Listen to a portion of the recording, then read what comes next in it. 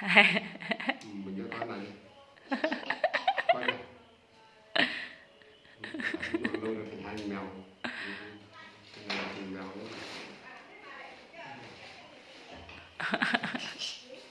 Nữa đi. Nữa đi.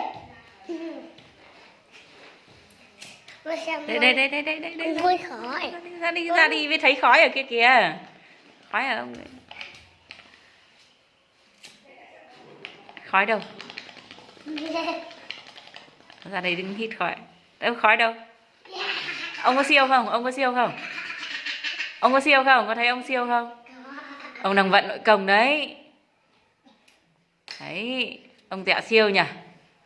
Thôi không yêu nữa. Chán rồi. Đây mũi còn đầy khói này. Để chúng ta thở mồm nhé.